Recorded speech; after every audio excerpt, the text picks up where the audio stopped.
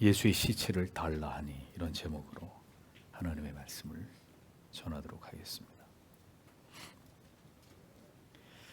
그리스도께서 십자가에 달려 돌아가시던 그 고통과 죽음의 장소에서도 여러 인물들이 등장하고 있는 것을 성경은 우리에게 보여줍니다.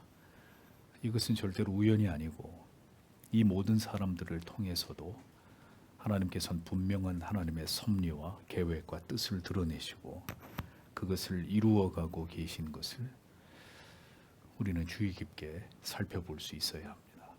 구레네 시몬도, 한편의 강도도, 로마의 백부장도, 십자가를 경험한 그들은 모두 구원을 받게 된 것을 성경과 고정은 우리에게 증언해주고 있습니다. 예수님은 마침내 십자가에 달리신 지 6시간 만에 숨을 거두셨습니다. 주님께서 죽임을 당하신 것이 아니라 모든 하나님의 계획과 뜻 속에서 그 시간이 되자 주님은 스스로 자기의 생명을 버리신 것입니다. 요한복음 10장 17절 18절에서 이미 주님께서는 자기의 죽으심에 관해서 예언을 하셨습니다. 아버지께서 나를 사랑하는 것은 내가 다시 목숨을 얻기 위하여 목숨을 버림이라. 이를 내게서 빼앗는 자가 있는 것이 아니라 내가 스스로 버리노라. 나는 버릴 권세도 있고 다시 얻을 권세도 있으니 이 계명은 내 아버지에게서 받았노라 하시니라 라고 분명히 기록이 되어 있습니다. 주님께서는 분명히 내게서 빼앗는 자가 있는 것이 아니라 내가 스스로 버리는 것이다. 내 생명을 내 스스로 버리는 것이다 라고 말씀하셨습니다. 주의 죽으심은 단순한 죽음이 아니라 하나님의 택하신 모든 백성들의 대속을 위한 위대한 희생이셨습니다. 사내들인의 독사의 자식들은 그리스도의 죽음을 보며 기뻐하고 쾌제를 부르고 있었을지 모르지만 주님은 그들이 상상할 수조차 없는 위대한 목적을 이루시기 위해서 기꺼이 주님의 목숨을 버리고 계셨던 것입니다. 그리스도의 죽으심을 어떻게 바라보게 되는지 그 관점에 따라서도 천국과 지옥이 갈리게 됨을 우리는 분명히 기억해야 합니다. 주의 죽으심이 나와 아무런 상관이 없다고 여기는 자는 영벌에 처하게 될 터이고, 그리스도의 생명을 버리심이 바로 나의 죄 때문이라고 여기는 자는 분명히 구원을 얻게 되고 영생을 누리게 될 것입니다. 오늘의 본문은 이제 예수께서 운명하신 직후에 일어난 일들을 기록하고 있습니다. 이 모든 사건들 속에서 하나님의 역사와 섭리는 어떤 자들을 통해서 계속해서 진행되고 완성되어 나아가는지를 우리는 살펴보게 될 것입니다. 그리고 이 진리가 오늘을 살아가는 우리들에게 어떤 의미와 깨달음으로 다가오게 되는지를 함께 생각해 보도록 하겠습니다. 42절을 보십시오. 그리고 이미 저녁이 되어 안식일 전날인 예비일이었기 때문에 라고 기록이 되어 있습니다. 유대인들은 안식일에 아무 노동을 하지 않았기 때문에 예수님의 장례식이 이루어지려면 적어도 금요일 날이 저물기 전에 이 모든 일들이 다 이루어져야만 했습니다. 예수께서 운명하신 직후의 상황을 좀 더 자세하게 이해하기 위해서는 요한복음 19장을 참고할 필요가 있습니다. 요한복음 19장 31절을 보면 이렇게 기록되어 있습니다. 이날은 예비일이라. 유대인들은 그 안식일이 큰 날이므로 그 안식일의 시체들을 십자가에 두지 아니하려 하여 빌라도에게 그들의 다리를 꺾어 시체를 치워달라 하니라고 기록이 되어 있습니다. 신명기 21장 22절에서 23절을 보면 이렇게 기록되어 있습니다. 사람이 만일 죽을 죄를 범함으로 내가 그를 죽여 나무 위에 달거든 그 시체를 나무 위에 밤새도록 두지 말고 당일에 장사하여 내 하나님 여호와께서 내게 기업으로 주시는 땅을 더럽히지 말라. 나무 위에 달린 자는 하나님께 저주를 받았음이니라 라는 말씀이 기록되어 있습니다. 유대 율법에 따라서 시체가 밤새 나무에 매달려 있는 일은 율법을 위반하는 것이 되었습니다. 무엇보다 주님이 운명하신 이후 시작되는 이 안식일은 단순한 안식일이 아니라 유월절 기간 안에 속해 있는 큰 안식일이었기 때문에 율법적으로 정결에 대한 부담이 더 큰 시기였습니다. 이 같은 이유로 유대인들은 빌라도에게 몰려와서 죄인들의 다리를 꺾고 속히 죽음에 이르게 해서 시체를 빨리 치울 수 있도록 해달라고 요청하게 된 것입니다. 다리를 꺾는다는 말은 쇠망치로 정강이나 허벅지의 뼈를 부러뜨리는 것을 의미합니다.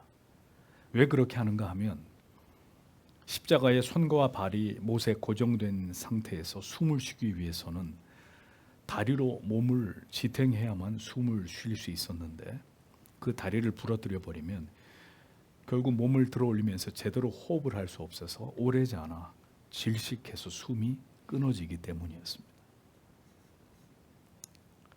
하나님의 아들을 죽이는 이 살인자들이 그들의 안식일을 거룩히 지키기 위한 핑계로 속히 그들을 죽게 함으로 시체를 치워버리려고 하는, 여러분 이 모습을 보십시오.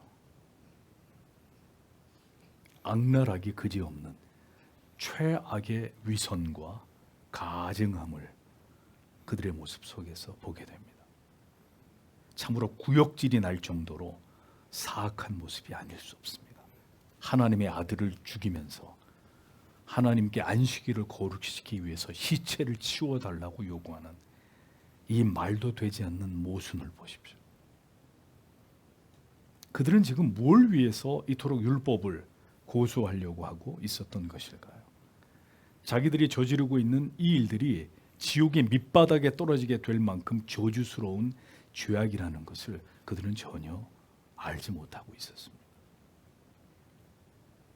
신앙이라는 이름으로 행하는 모든 열심이 절대로 하나님을 기쁘시게 하지 않고 오히려 하나님을 진노하게 만들고 돌이킬 수 없는 저주와 큰 죄를 짓는 일이 될 수 있다는 사실을 여러분, 우리는 이 유대주의자들을 통해서 분명히 그것을 깨달아야 합니다. 우리가 우리 마음대로 하나님을 예배하거나 기도하거나 찬송을 부르는 일들, 무지 속에서 맹목적으로 신앙적이고 종교적인 일에 열심을 내는 이런 일들이 하나님 앞에 얼마나 큰 죄가 될 수 있고 두려운 일이 될 수 있는지를 우리는 반드시 기억해야 합니다. 하나님의 아들을 죽이는 자들이 하나님의 율법을 지키기 위해서 어리석은 열심을 내는 이러한 모습이야말로 가장 어리석고 악랄함의 극치가 될 수 있다는 것을 성경은 우리에게 보여주고 있습니다. 요한복음 19장 32절을 보면 예수님의 양쪽에 있는 사형수들의 다리를 꺾어 빨리 죽게 하는 장면이 기록이 되어 있습니다. 군병들이 가서 예수와 함께 못 박힌 첫째 사람과 또 그 다른 사람의 다리를 꺾고 오라고 기록되어 있습니다. 이것을 보면 그날 십자가에 못 박힌 자들 중에 예수님이 가장 먼저 숨을 거두신 것이라는 것을 알 수 있습니다. 예수님이 숨을 거두셨는데 양편의 강도는 아직 살아 있었기 때문에 그들의 다리뼈를 부러뜨렸던 것이죠. 이어지는 33절에는 이렇게 기록되어 있습니다. 예수께 이르러는 이미 죽은 것을 보고 다리를 꺾지 아니하고 라고 요한복음에 기록이 되어 있습니다. 수많은 사람들을 십자가에 매 달아서 처형을 한 로마의 병사들이기 때문에 죄수가 죽었는지 죽지 않았는지 이렇게 보고 분별하는 일은 그들에게 그리 어려운 일이 아니었을 것이라고 보입니다. 두 죄인은 아직 숨이 붙어 있었기 때문에 다리를 부러뜨렸지만 주님의 모습은 이미 숨을 거둔 상태였기 때문에 주님의 다리를 꺾지 않았다고 성경은 기록을 합니다.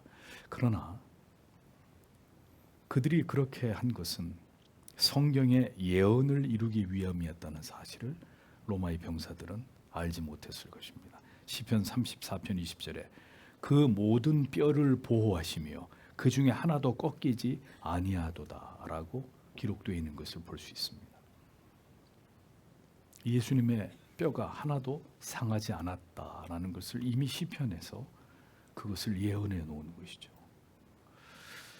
모든 일들이 우연히 일어나는 것처럼 보이지만 모든 일들은 하나님이 정하신 대로 예언되어진 그대로 이루어지고 있다는 사실을 성경은 우리들에게 분명하게 보여주고 있습니다.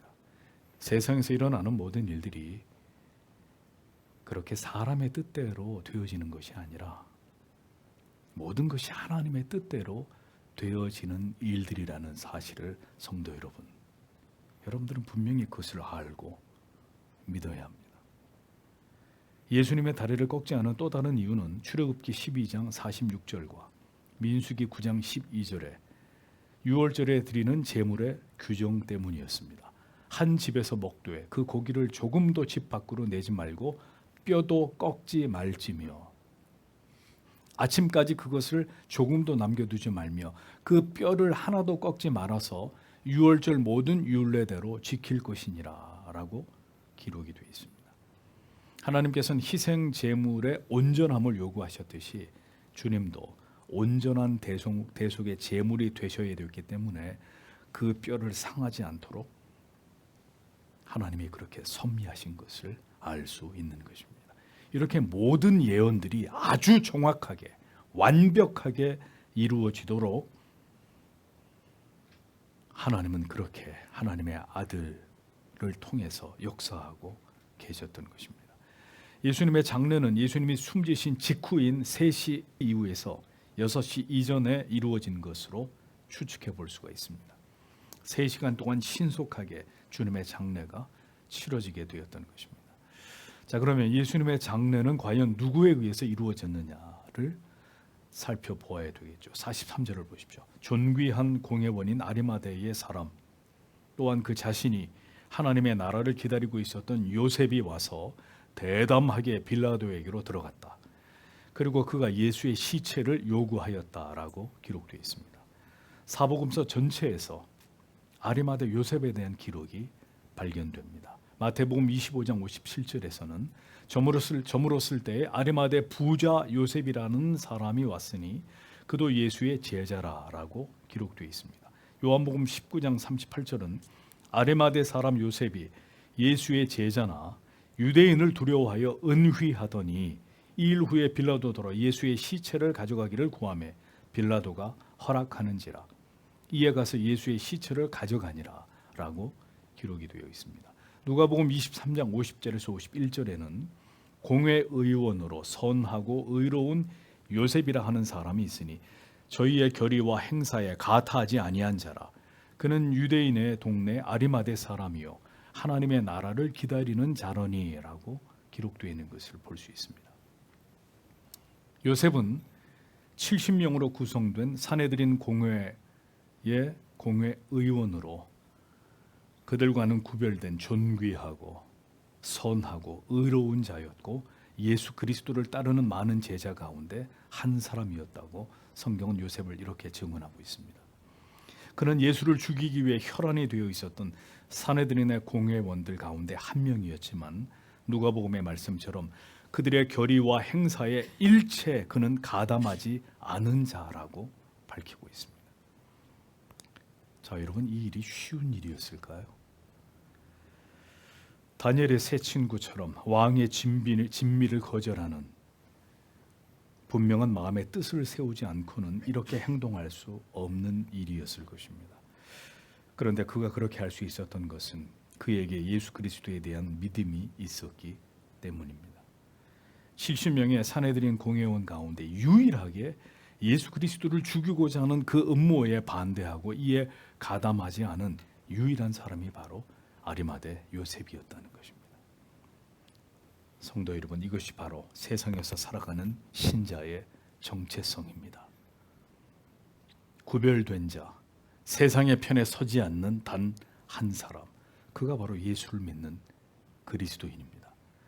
지금도 세상에 그런 그리스도인들이 존재합니다. 학교나 직장에서 어느 곳에서든 그리스도인들은 자기의 역할을 감당하고 그러면서도 세상 사람들과 함께 살아가는 사람들입니다. 그러나 그리스도인들은 일체의 악에 가담하지 않고 그 악에 동조하지 않는 것으로 그리스도인의 정체성을 분명하게 지켜나가야 되는 구별된 자들이다라는 사실을 잊지 않으셔야 됩니다. 신자들이 선과 악조차도 구별하지 못하고 맹목적으로 세상의 악을 지지하고 동조한다면 여러분들에게 거듭 분명히 말씀드리지만 그는 거듭난 그리스도인이 아니고 그 악인들과 세상이 받게 될 하나님의 지엄한 벌을 함께 받게 될 자들입니다. 신자는 어떤 대가를 지불하고 어떤 불이익을 당하게 되더라도 오직 진리의 편에 서서 옳은 것을 옳다고 말하고 아닌 것을 아니라고 말할 수 있는 자들이 되어야 합니다. 이는 오직 그 영혼이 그리스도 예수 안에 견고하게 뿌리 내리고 있을 때에만 가능한 일입니다. 그리스도 안에 거할 때, 오직 진리의 편에 서 있을 때, 결국 그 진리 때문에 가족일지라도 그 죄악을 용납할 수 없는, 그 중심이 하나님을 향해서 올바로 서 있는 그 사람이 그리스도 예수의 사람임을 성경은 우리에게 분명히 말씀해 주고 있는 것입니다.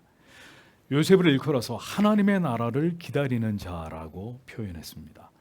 오직 하나님의 나라를 기다리는 사람들, 그 가치가 가장 최상위에 있어서 그 가치에 의해서 모든 것들을 판단하고 결정하는 사람들, 그들이 그리스도의 사람들입니다. 자, 그런데 이 아리마대 사람 요셉도 결코 완전한 자는 아니었습니다.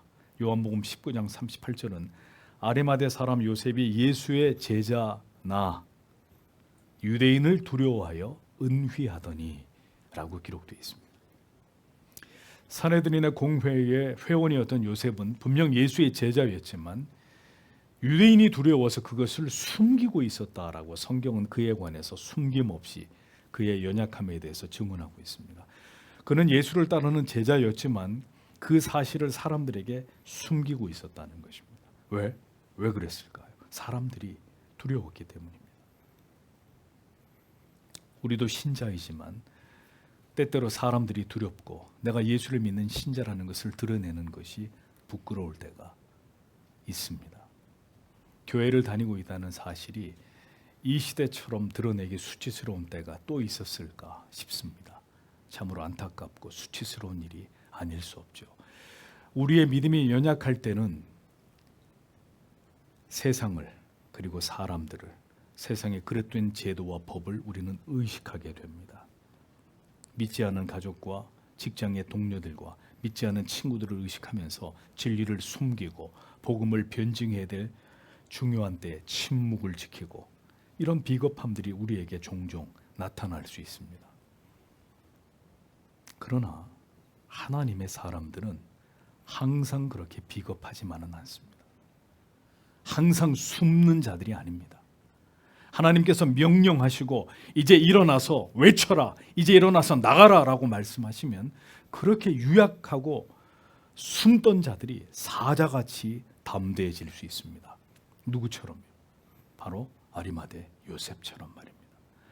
요셉이 와서 당돌이 빌라도에게 들어가 예수의 시신을 달라 하니 라고 기록하고 있습니다. 그는 한때 유대인들을 두려워하는 자였지만 자, 이제는 당돌이 빌라도에게 가서 예수의 시신을 내놓으십시오 라고 외치고 있었습니다. 당돌이 톨메사스라는 말은 용기를 가지고 담대하게 라는 뜻입니다. 하나님의 나라를 기다리는 자도 때때로 두려울 수 있고 숨을 수 있습니다. 그러나 하나님의 나라를 기다리는 자는 하나님이 반드시 그를 붙드십니다. 하나님께서 붙드시는 자는 결국 평범한 사람들이 할 수 없는 일을 해냅니다. 사람이 가질 수 없는 용기와 담대함을 하나님께서 그에게 부어주시기 때문입니다. 골리앗 앞에 나아간 다윗이나 사자굴에 들어간 다니엘이나 7배나 뜨거운 풀무불 속에 들어간 다니엘의 세 친구들을 보십시오. 이같이 하나님께서 붙들어 주신 많은 인물들이 성경에 빼곡히 기록되어 있습니다. 그러므로 성도 여러분, 연약한 우리 자신을 바라보지 마십시오. 우리는 절대로 그같이 행동할 수 없는 자들입니다. 그러나 하나님께서 우리를 붙드실 때 우리는 용기를 얻게 되고 세상이 감당할 수 없을 만큼 담대해질 수 있다는 사실을 분명히 믿으셔야 됩니다. 요셉은 지금 바로 그 용기를 내고 있었습니다. 자신이 나서야 할 때라는 사실을 알고 있었습니다. 하나님께서 강하게 그를 통하여 역사하심을 요셉은 지금 느끼고 있었던 것입니다. 하나님이 반드시 우리가 일어나야 될 때를 우리에게 알게 하실 것입니다. 우리가 나서야 할 때를 하나님은 반드시 우리에게 가르쳐 주실 것입니다.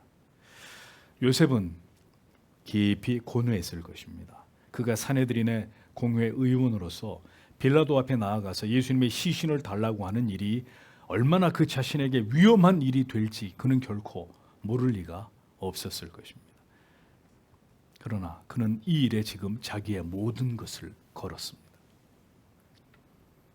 두려움보다 사명이 클 때, 세상보다 하나님이 더 두렵고 더 크신 분이라고 확고하게 믿어질 때 우리는 기꺼이 그 길을 갈 수 있는 것입니다.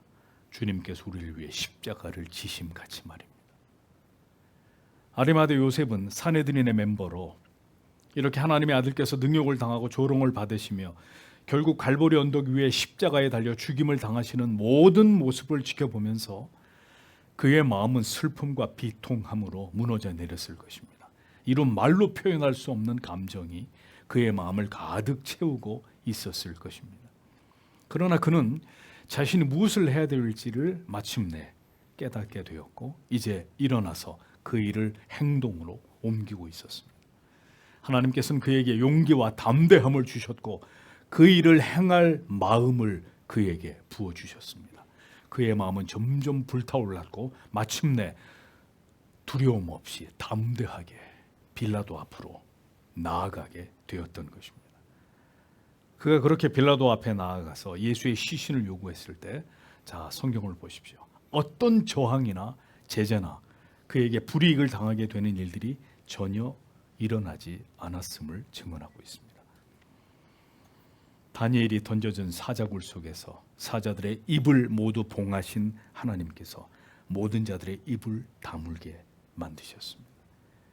요셉이 어떤 어려움도 당하지 않도록 하나님이 지금 그를 보호하고 계셨던 것입니다. 요셉을 통해 이루고자 하신 모든 일들을 하나님은 조용히 이루어가고 계셨습니다. 하나님께서는 요셉을 통해서 하나님의 아들을 장래하도록 모든 일들이 순적하게 진행되도록 하신 것입니다. 성도 여러분, 하나님께서 하시면 그렇게 되게 되어 있는 것입니다. 고약한 빌라도가 문제를 삼고자 했다면 충분히 그럴 수 있고 그가 행한 일이 사내들인에 알려지게 되면 분명 곤란한 일이 그에게 일어날 수도 있었을 것입니다. 요셉은 그의 모든 것을 걸고 당돌하게 빌라도 앞으로 나아가서 그가 해야 될 그 일을 감당하고 있었습니다. 이것이 바로 믿음입니다.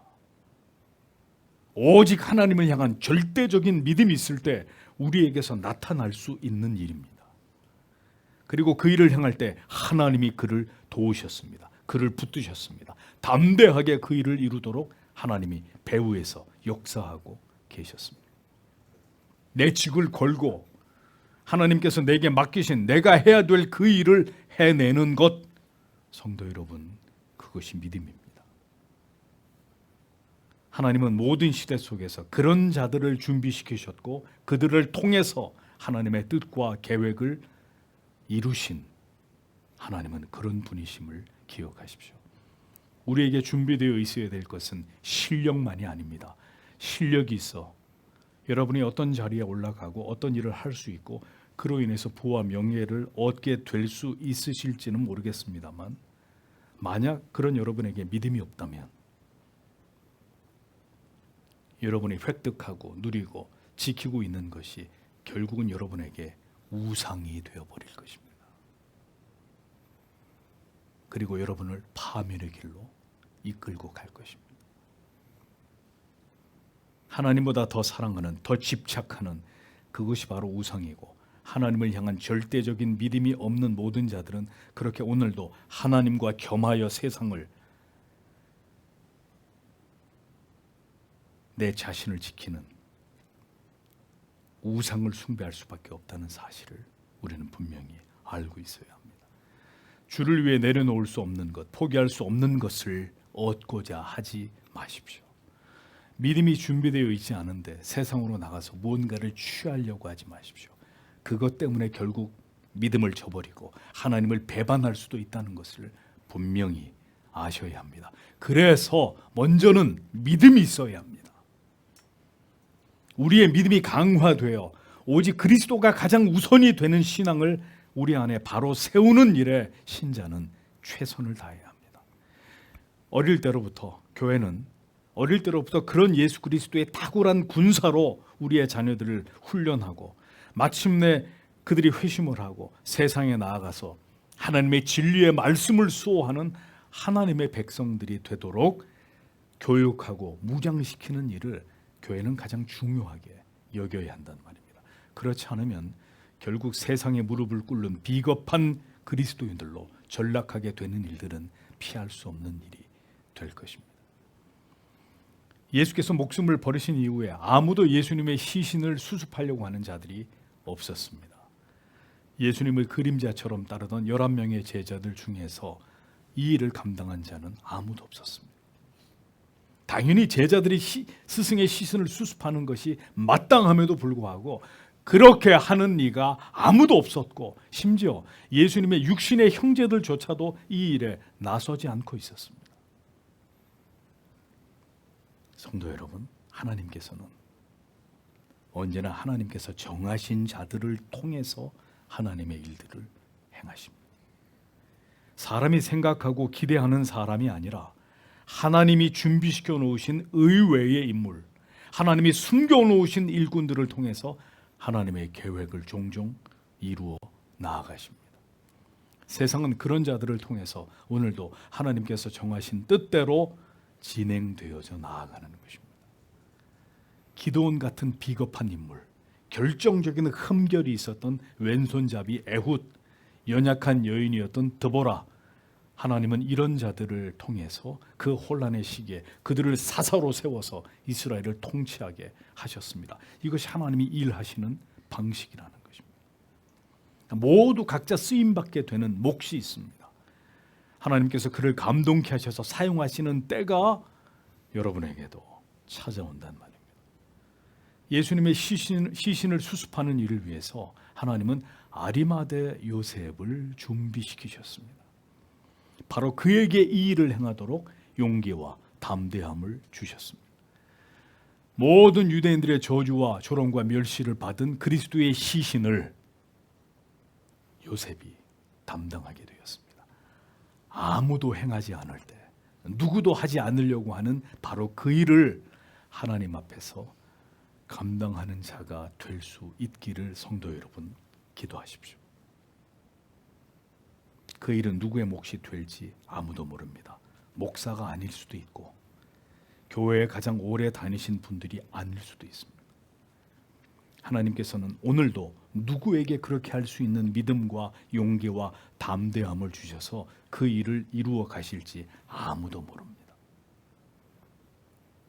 마태복음 27장 50절에서 60절은 요셉의 행적을 이렇게 기록하고 있습니다. 저물었을 때 아리마대 부자 요셉이라 하는 사람이 왔으니 그도 예수의 제자라. 빌라도에게 가서 예수의 시체를 달라 하니 이에 빌라도가 내어주라 분부하거늘 요셉이 시체를 가져다가 정한 세마포로 싸서 바위 속에 판 자기 새 무덤에 넣고 두고 큰 돌을 굴려 무덤 문에 놓고 가니라고 적고 있습니다.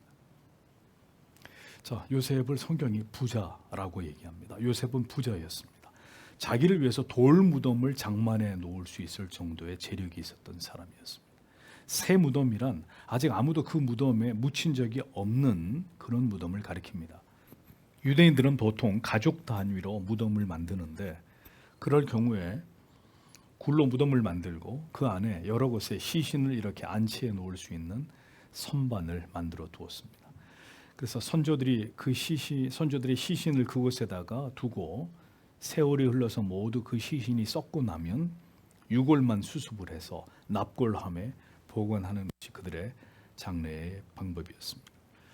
그리고 그 시신이 치워지면 그 자리에 또 다른 가족들의 시신을 올려놓고 같은 과정을 반복했습니다.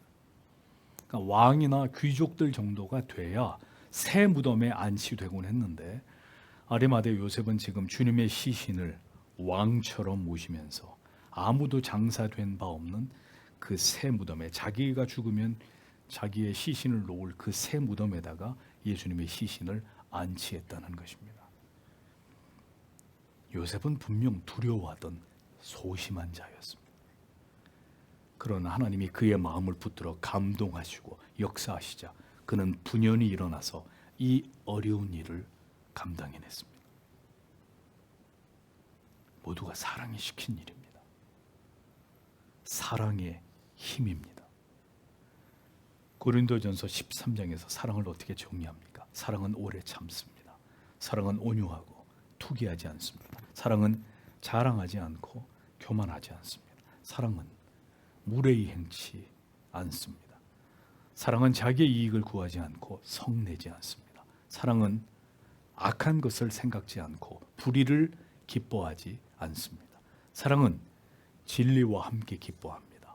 사랑은 모든 것을 참고 모든 것을 믿습니다. 사랑은 모든 것을 바라고 모든 것을 견딥니다. 사랑은 언제까지든지 떨어지지 끝나지 않습니다. 이 사랑을 우리에게 부어주시길 우리는 기도해야 되고 우리는 바로 이 사랑으로 하나님을 사랑하고 지체들을 주님의 교회를 사랑하는 자들이 되셔야 합니다. 요셉은 그 불타오르는 그리스도를 향한 사랑으로 이 모든 일을 기꺼이 감당하게 되었던 것입니다. 진정한 믿음과 사랑은 언제나 가장 시적절하게 이것이 발현됩니다. 사랑은 미루다가 마지못해서 하는 것은 사랑이 아닙니다. 사랑은 타이밍이란 말이죠. 가장 중요한 순간에 그 사랑이 드러나게 됩니다. 바로 지금 그가 해야 될 그 일을 그는 전혀 주저하지 않고 행했습니다. 다른 그 누구도 나서지 않는 그 일에 바로 그가 나서서 이 일을 감당했습니다. 그것이 하나님의 뜻이었고 하나님의 계획이었습니다. 오늘도 하나님께서는 그렇게 하나님의 사람들의 마음을 움직이십니다. 어떻게? 그 마음 속에 하나님을 향한 사랑을 융단 폭격 때리듯이 그 하나님의 사랑을 그에게 넘치도록 부어주어서 가득 채워진 그 하나님의 사랑으로 아무도 해낼 수 없는 그 일을 해내도록 만드십니다. 그는 조용히 숨어있는 자가 더 이상 될 수 없었습니다. 전혀 사람들의 주목을 받지 않았던 그런 자가 그 사랑이 충만하게 부어지면 그가 일어나서 이 어려운 일을 감당하고 이런 헌신을 할 것이라고 생각지도 않았던 어떤 성도가 바로 그 일을 감당하게 되는 일들이 일어나는 것입니다. 그것은 하나님께서 감동하실 때에 바로 당신이 해야 되는 일이 될 수도 있는 것입니다. 그렇게 쓰임받을 수 있다면 참으로 영광스러운 일이 아닐 수 없을 것입니다. 이 마지막 때에 어느 순간이든 복음을 위해서 우리의 가슴을 뜨겁게 하심으로 우리와 우리의 자녀들이 그렇게 영광스럽게 쓰임받게 되기를 기도하는 여러분들이 되십시오. 요셉의 이 그리스도의 장례는 절대 우연의 사건이 아니었습니다. 이사야 53장 9절은 이렇게 기록합니다. 그는 강포를 행치 아니하였고 그의 입에 괴사가 없었으나 그 무덤이 악인과 함께 되었으며 그 묘실이 부자와 함께 되었도다. 그 무덤이 악인과 함께 되었고, 이 말은 정확한 번역은 그가 악인과 함께 죽음을 맞이하게 되었고 이런 뜻입니다. 그러니까 이사야는 이미 주님께서 죄인들과 함께 십자가에서 사형을 당하시게 될 것이고 그들과 같이 죽게 되시지만 주님이 운명하신 이후에는 부자들이 묻히는 묘실에 그분이 장사될 것이다 라고 이미 구약의 이사야의 말씀을 통해서 예언해 놓으신 거죠.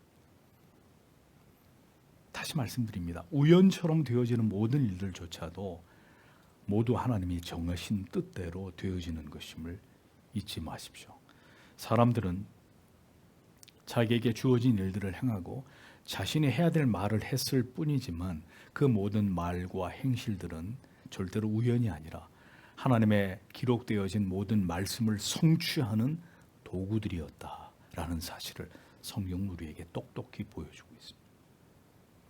자, 이래도 여러분은 우연을 믿으십니까? 우리의 인생에서 일어나는 모든 일들이 그저 운명이려니 이렇게 생각하십니까?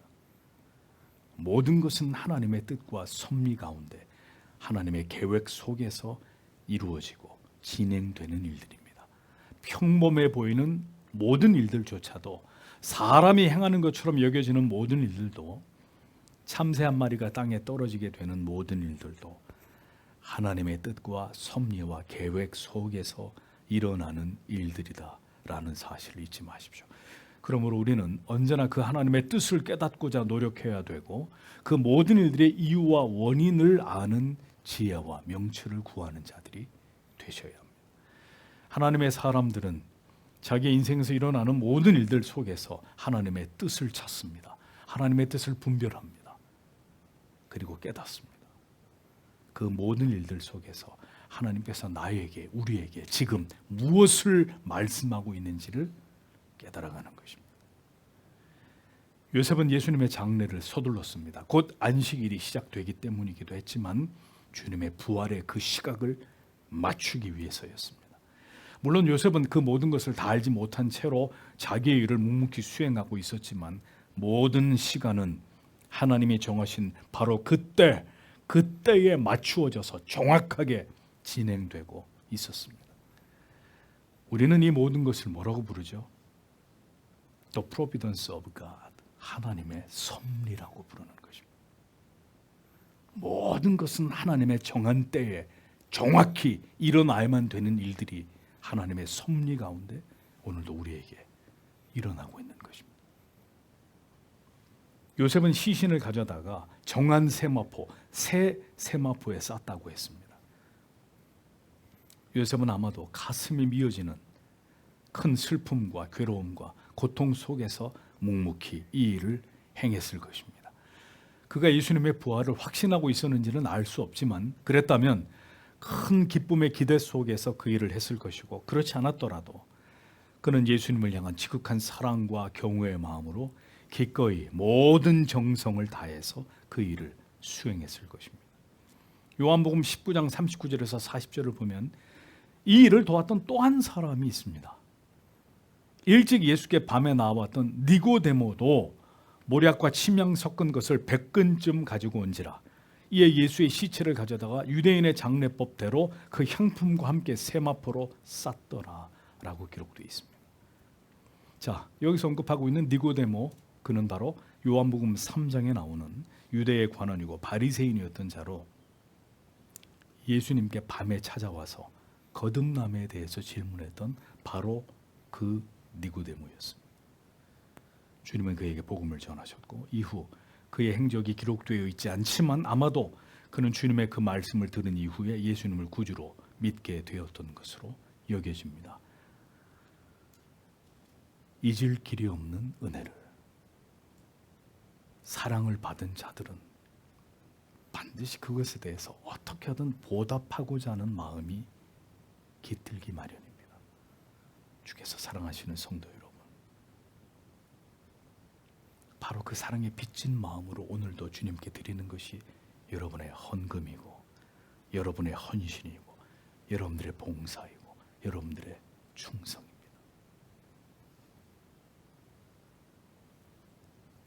니고데모는 모략과 침향을 섞은 것을 100근이나 가져왔다고 했습니다. 30kg 정도가 되는 양인데, 이 정도 양은 보통 왕을 장례할 때나 쓰여지는 그런 양으로 상당히 이 금액으로 따지면 많은 돈이 지불되었을 정도의 분량입니다. 하지만 유대의 관원이고 바리새인이었던 니고데모는 적지 않은 재물을 가진 자였던 것으로 보입니다. 하나님께서는 자기의 모든 것보다 그리스도를 더 지극히 사랑하며 물질이 풍족했던 요셉과 니고데모를 통해서 이제 죄의 값을 모두 지불하신 존귀하신 하나님의 아들의 장례를 왕처럼 준비하게 하셨습니다. 그분은 그를 대우를 받으시기에 충분한 분이시기 때문입니다. 물질과 명예와 권력을 성도 여러분, 우리에게 하나님이 왜 주시는지를 바로 아십시오. 그것은 여러분 자신을 위해서 주신 것들이 아닙니다. 하나님의 뜻을 이루기 위한 도구로 우리에게 잠시 맡겨놓은 것들일 뿐입니다. 우리는 하나님의 청직이라는 사실을 잊지 마십시오. 46절을 보면 구체적으로 요셉이 어떻게 예수님의 시신을 수습했는지가 기록되어 있습니다. 그 전에 오늘 본문의 44절 45절에 보면 요셉의 요구에 대해서 빌라도가 어떤 결정을 내렸는지가 기록되어 있습니다. 그러나 빌라도는 그가 벌써 죽었을지 의아하게 여겼다. 그래서 그는 백부장을 불러서 그에게 물었다. 그가 벌써 죽었는지. 그리고 백부장으로부터 알고 난 후에 그는 그 시체를 요셉에게 허락하였다라고 적고 있습니다. 빌라도는 요셉이 예수님의 시신을 달라고 하는 말을 의아하게 여겼다고 성경이 말씀하고 있습니다. 왜일까요? 그것은 요셉이 그에게 찾아오기 불과 얼마 전에 사내들이나 마귀들이 또다시 빌라도에게 몰려와가지고 큰 안식일의 시체들을 십자가에 둠으로 부정을 저지르는 것을 막기 위해서 그들의 다리를 빨리 꺾어서 죽게 해달라고, 그래서 시체를 빨리 치울 수 있을 거 아니냐, 빨리 다리를 꺾어서 저들을 죽음에 이르게 해달라고 사내들이나 공회원들이 와서 빌라도에게 이런 요청을 했기 때문이죠. 그래서 빌라도는 당연히 예수님이 아직 살아 있을 것이라고 여겼던 것입니다.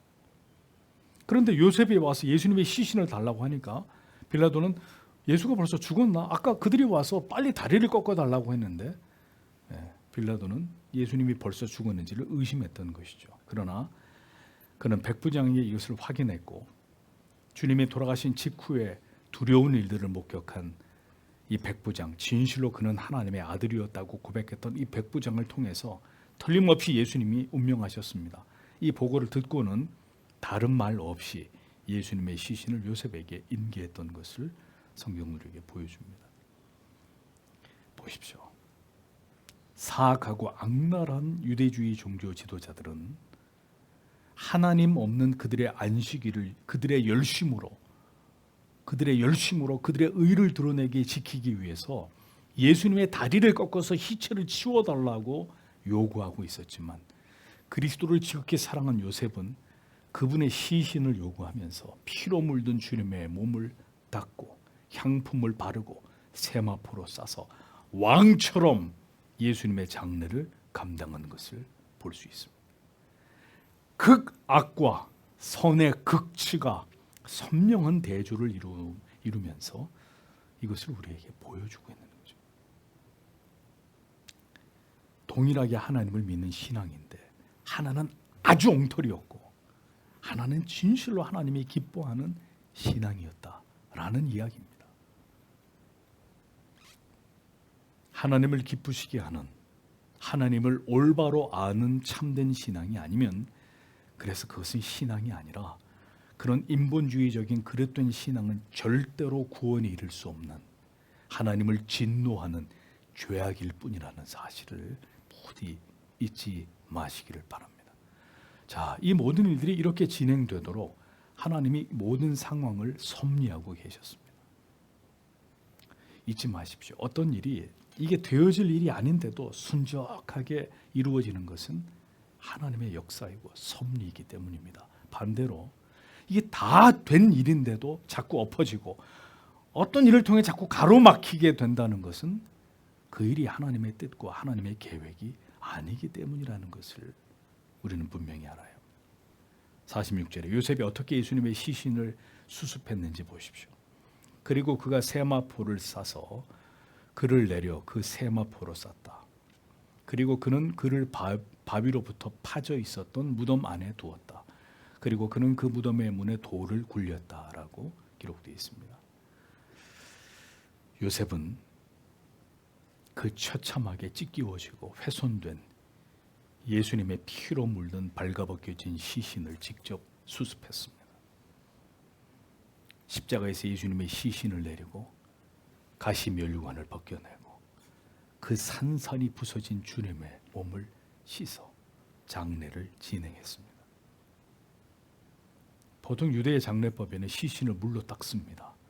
그러나 예수님 같은 경우에는 시간이 너무 촉박한 상황이었기 때문에 물로 닦는 과정은 생략된 것으로 보입니다. 그러나 예수님의 몸을 닦아 내려갔던 요셉의 마음이 어떠했을지를 생각해 보십시오. 온몸이 찢겨지고 피투성이가 되어 있는 주님의 시신을 닦아 내려가면서 요셉은 견디기 힘든 슬픔과 미어지는 가슴으로 주님의 몸에 향품을 바르고 천으로 감고 또 향품을 바르고 또다시 천으로 감기를 되풀이했을 것입니다. 유대의 장례 문화는 시신을 물로 닦은 이후에 여러 겹으로 천으로 감는데, 천으로 시신을 한 번 감으면 그 중간에 또 향품을 채우고 그 다음에 또 세마포로 감고 또 거기다 향품을 뿌리고 반복해서 이렇게 시신을 수습을 했습니다. 그렇게 하는 이유는 시신이 부패하면서 나는 그 악취를 감소시키는 방법이었기 때문입니다. 모략과 침향을 섞은 고가의 향품은 아무에게나 사용할 수 있는 것이 아니었고, 다시 말하지만 돈이 많은 부자나 왕이나 귀족들의 장례에 사용되었는데, 앞서 말한 대로 향품을 100근이나 준비한 것으로 왕의 장례처럼 니고데모와 요셉이 그렇게 극진히 주님의 장례를 치르고자 했던 숭고한 그리스도를 향한 사랑이 여기서 잘 드러나고 있는 것을 볼 수 있습니다. 옥합을 깬 여인의 그 물질적 가치를 논하는 것은 그 헌신을 더럽히는 해석입니다. 옥합을 깬 것은 분명 그리스도를 향한 사랑이었습니다. 요셉과 니고데모의 헌신 또한 그리스도를 향한 숭고한 사랑이 그 안에 담겨져 있다는 사실을 깊이 우리의 마음에 새길 필요가 있습니다. 두 사람의 지극한 헌신을 통해서 주님의 시신은 왕처럼 장례되었습니다. 사랑과 경외의 이 감사의 마음은 반드시 남다른 헌신으로 드러나기 마련입니다. 모든 것은 사랑이 시켜서 행할 때 이토록 아름다울 수 있는 것입니다. 돌을 굴려 무덤을 막았다고 했습니다. 당시에는 도굴꾼들이 많았습니다. 특히 이처럼 부자들의 무덤으로 보이는 굴에는 죽은 이들의 값비싼 부장품들이 많이 들어가 있기 때문에 이것을 훔치려고 하는 사람들이 많이 있었습니다. 그래서 한두 사람의 힘으로는 절대로 옮길 수 없는 큰 돌로 그 입구를 막아두는 일들이 보편적이었습니다. 니고데모와 요셉 그 외에는 누구도 이 왕의 장례에 참여한 자들이 없었습니다. 하늘의 왕좌를 버리고 이 땅의 말구유의 초라한 모습으로 오신 예수님은 이 땅을 떠나실 때도 수많은 조문객들과 쏟아지는 화환 없이 조용히 세상을 떠나셨습니다. 성도 여러분, 우리도 소박하게 이 세상을 떠나는 자들이 되었으면 좋겠습니다. 영원한 나라에 입성하는 자들답게 이 땅에서의 마지막은 되도록 소박하고 간소하게, 검소하게 이렇게 우리의 장례가 치루어지도록 이런 소망을 우리 모두 마음에 품어야 될 필요가 있지 않을까 싶습니다. 47절에 그런데 막달라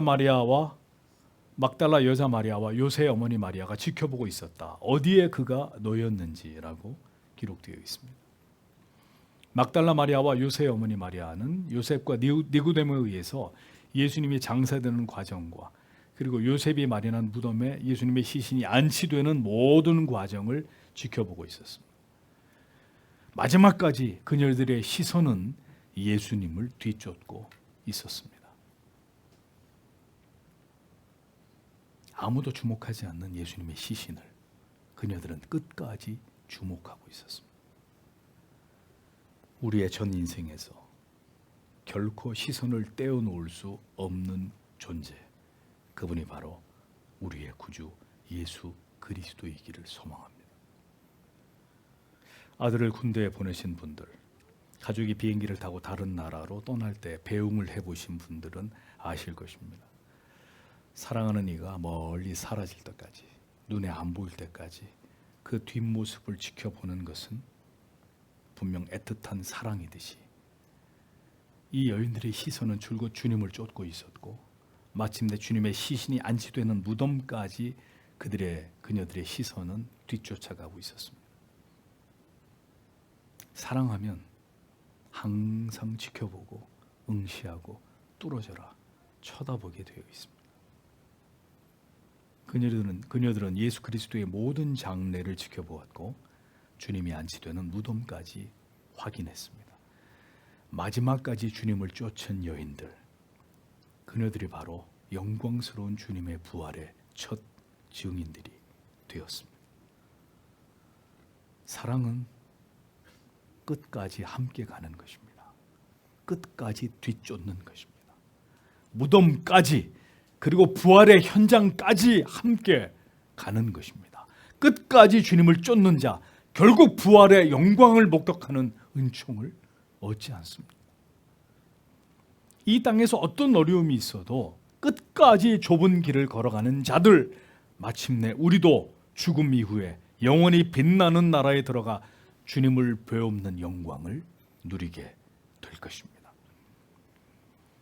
보십시오. 백부장, 요셉, 니고데모 모두 그들의 마음을 고백했고 그들의 마음이 움직이는 대로 행했습니다. 그러나 하나님은 그들의 마음을 움직여서 모든 것을 섭리하셨고 하나님의 뜻과 계획을 그들을 통해 성취하셨습니다. 모든 구약의 예언이 그대로 이루어지도록 하나님은 역사하셨습니다. 하나님께서 그렇게 오늘도 우리를 사용하기를 원하십니다. 우리가 하는 말과 우리의 마음의 용기와 결단과 행동을 하나님은 그렇게 사용하고 싶어 하십니다. 그리고 우리가 바로 그 일을 행하도록 오늘도 우리 안에서 역사하고 계십니다.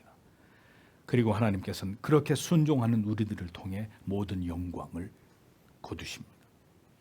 이것이 우리의 인생에서 일어나는 가장 드라마틱한 놀라운 일들입니다. 마태복음 27장에 보면 사내들인의 악마들이 또다시 등장합니다. 62절에서 66절에 보면 이렇게 기록되어 있습니다. 그 이튿날은 예비일 다음 날이라 대제사장들과 바리새인들이 함께 빌라도에게 모여 가로되 주여 저 유혹하는 자가 살았을 때 말하되 내가 사흘 후에 다시 살아나리라는 것을 우리가 기억하노니 그러므로 분부하여 그 무덤을 사흘까지 굳게 지키게 하소서. 그의 제자들이 와서 시체를 도적질하여 가고 백성에게 말하되 그가 죽은 자 가운데서 살아있다 하면 후의 유혹이 전보다 더 될까 하나이다 하니 빌라도가 가로되 너희에게 파수꾼이 있으니 가서 힘대로 굳게 하라 하거늘 저희가 파수꾼과 함께 가서 돌을 임봉하고 무덤을 굳게 하니라 라고 기록되어 있습니다. 사내들인의 사악한 권력가들은 예수의 제자들이 예수의 시체를 훔쳐서 부활을 꾸밀 것을 염려하면서 방책을 세워서 빌라도에게 또다시 찾아갔습니다. 빌라도는 귀찮다는 듯이 야 너희들이 가지고 있는 파수꾼을 시켜서 그 예수의 무덤을 그럼 지키게 해라 이렇게 대답을 한 것을 볼 수 있습니다.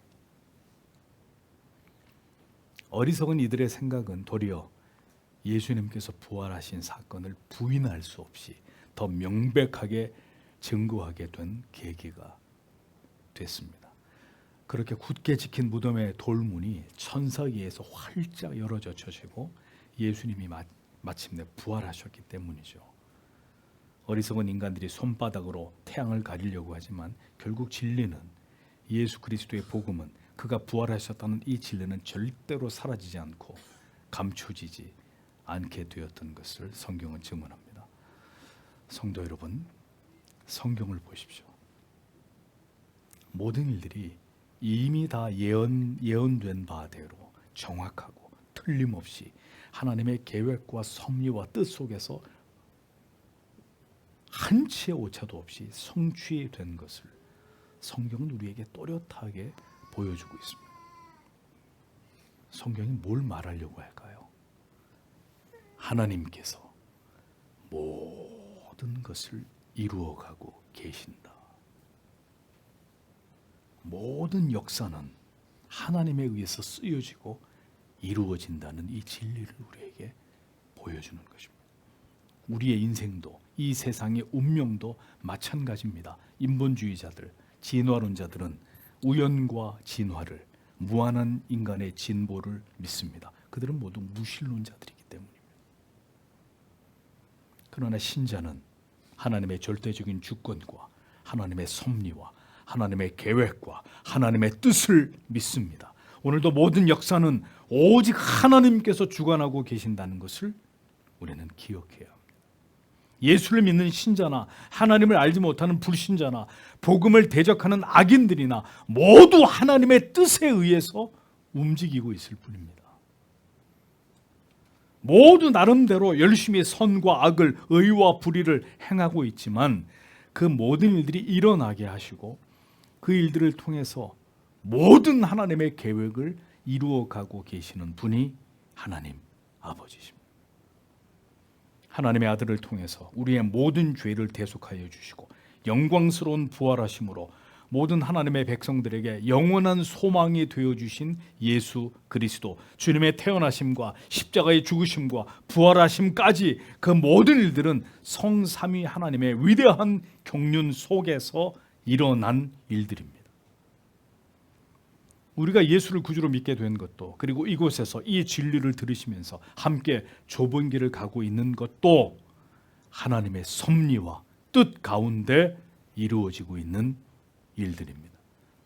모든 뜻을 그렇게 오늘도 우리 안에서, 우리의 모든 인생을 통해서, 이 땅에서 일어나는 모든 역사를 통해서 하나님께서는 하나님의 일들을 정확하게 이루어가고 계시는 분이십니다. 그리고 마침내 하나님의 모든 뜻이 이 땅에서 모두 이루어지게 된 그날이 임하게 되면 주님은 다시 이 땅 가운데 오실 것입니다. 역사는 바로 그 시점을 향해서 오늘도 숨가쁘게 역사의 수레바퀴를 돌리고 있는 것입니다.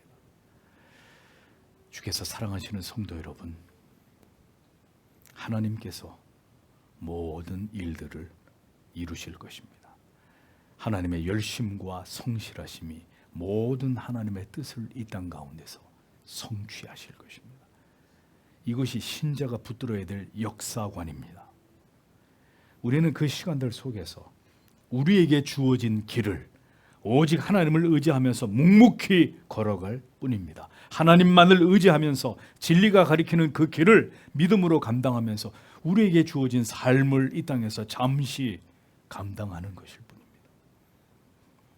그렇게 하도록 하나님께서는 오늘도 우리에게 믿음과 담대함과 용기를 주시는 분이십니다. 세상이 감당치 못할 자들로 오직 십자가의 복음을 위해서 살아가도록 우리를 붙들고 계시는 분이십니다. 우리가 주님 안에 있고 주께서 우리 안에 계심으로 우리를 통해서 이루고자 하시는 모든 뜻을 우리의 인생 속에서 하나님이 이루어 가실 것입니다. 성도 여러분, 어떤 세상이 우리에게 다가온다 하더라도 이 진리를 믿고 붙드십시오. 그렇게 살다가 우리는 모두 하나님 앞에 서게 될 것입니다. 두려움 없이 담대하게 이 세상에서 우리가 누구인지를 보여주십시오. 우리가 누구를 진정으로 두려워하고 누구를 진정으로 사랑하고 있는지를 증명하면서 살아가십시오. 주님께서 보여주신 그 아름다운 삶을 우리도 본받아 오직 하나님께 영광을 돌리는 삶을 이 땅에서 감당하다가 우리 모두가 하나님 앞에 서게 되는 자들이 되기를 소원합니다. 날마다 우리를 붙드시는 하나님께서 모든 하나님의 선하신 뜻을 우리를 통해서 이 시대 가운데서도 이루어 가실 줄 믿습니다. 오직 하나님 아버지의 뜻을 받들어 순종하신 주님처럼 우리를 통해서 오직 주님만이 높임을 받으시기를 간절히 소원합니다. 주님이 우리 모두를 그렇게 붙들어 주시고 끝까지 믿음으로 담대하게 이 길을 걸어갈 수 있도록 하나님이 오늘도 우리에게 은혜를 주시고 우리를 붙들어 주시기를 성도 여러분 다 함께 하나님 앞에 기도하도록